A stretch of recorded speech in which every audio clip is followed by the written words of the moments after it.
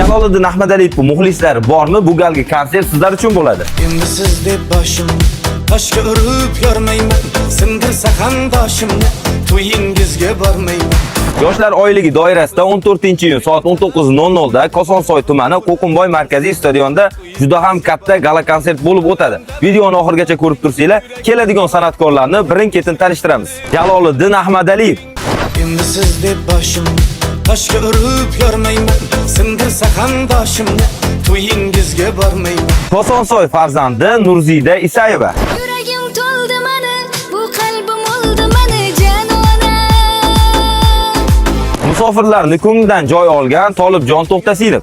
To'kildi kunlar, yuragimni allalar, qanildi va'dalar, bevafoginam. Do'stlarni doim yodga olib qo'shiq aytuvchi Avaz Dengiz. Eslamaydi dema, anadam yodimdasan. Opa! Jon do'stimsan, tanamdagi jonimdasan.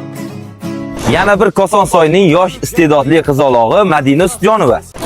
Yürüyor korkmuyorum, arada bir kalbini yokluyorum. Cennetten çiçek mi topluyorum, her gece sen gibi kokluyorum.